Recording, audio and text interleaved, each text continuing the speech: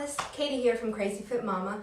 Welcome back to our Sunday edition of Power Play. We're going to step things back a little bit, call it active recovery, call it a rest day. We're going to spend about 5 minutes really just helping to move our body and get the blood flowing. Hopefully this is a early in the day activity for you so that you can reap the benefits. But if you're not getting to it until bedtime, that's okay too, because it's going to help to really relax you and relax your body and put it in a state that you can really enjoy.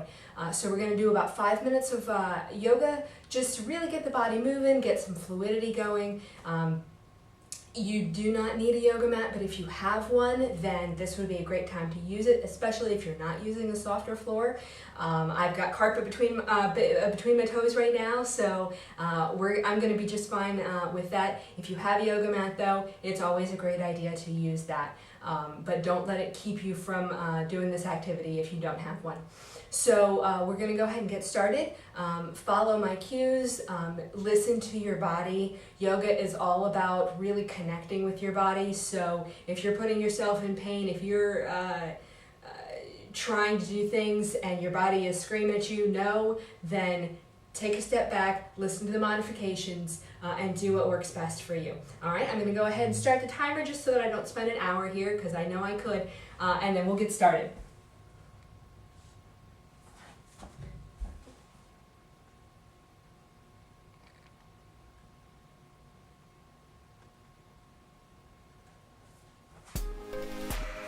All right, go ahead and take a deep breath in and out. Make sure that when you inhale, your belly is filling. And out. One more time. And you're gonna fold over at the hips, swan dive down, down, down to the ground. Relax your head. Bring your shoulders and head up to a flat back position. You can rest your hands on your knees or on your shins. And then relax back down all the way to the ground. Relax your head. Go ahead and step or jump back into plank position. You know all about planks. We're not going to stay here long though. Bend your elbows, come into a chaturanga position. Turn your toes back and then come up into upward dog. If you need to put your knees down on the ground, that's fine. It's cobra, it will still work. But go ahead and work on releasing, opening up that chest. Feeling a nice extension in your back. Excellent. Come back into plank, tuck the toes underneath. Raise your hips straight up to the sky. We're in downward dog. Your ears are between your biceps. Your fingers are spread. Your toes are facing forward. Your heels are aiming towards the ground. It's okay if you can't touch, but really aim those hip bones up, up, up to the sky. Excellent job. Go ahead and look up. Either step or jump your feet into your hands. And we're going to do reverse swan dive up. And exhale. Excellent job. We're going to do that one more time. Inhale. Swan dive over. And splash. Come back up. Flat back. And then relax back down, jump, or step your feet back into plank position. We're going to bend our elbows, come down to chaturanga. It's like the bottom end of a push-up. Flip your feet, toes aiming back towards the wall. We're in upward dog. Remember, you can always relax your knees down for cobra. That's okay too. Go ahead and tuck your toes back under, come back into plank, and drive the hip bones up to the sky. You're in downward dog. I don't want you to readjust your hands or your feet here to get the right position. I don't want you bringing your hands in so that you can get your heels on the ground. That's not the point. Ears between biceps. And just breathe. Drive that chest towards your toes. Hip bones to the sky.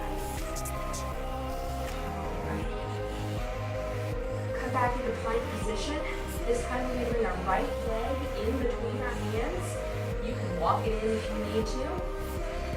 And you're going to get a nice runner's stretch here. We're in runner's pose.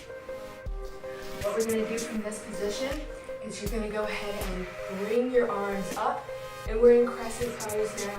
Notice my back heel is up, all right? Back heel down is a different position. Chest is tall. You want your shoulders to be over your hips, okay? We don't want you out here. I want you to be nice and tall. Feel that stretch through your hip flexor. All right, come back down into runner's pose. You can take that runner's pose a little bit deeper if you want to, with both hands on the inside. All right, one hand on either side. Go ahead and bring that right foot back. We're in plank position. We're gonna go back into downward dog. So drive the hips up to the ceiling. Relax your head. Drive your chest to your toes.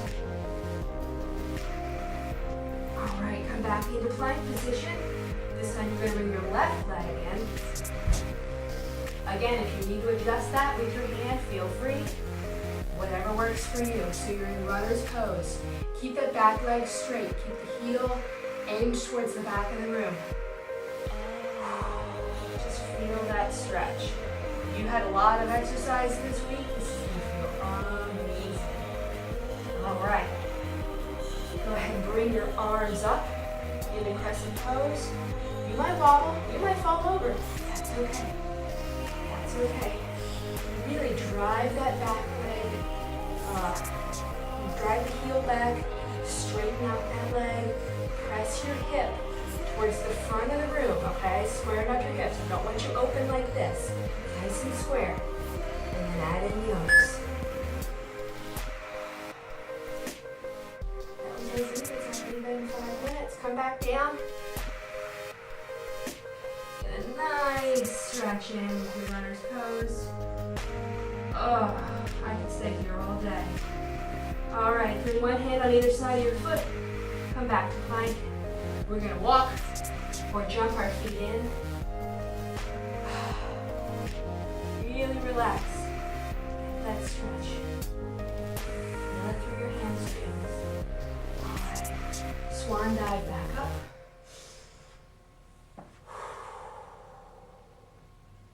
One more breath.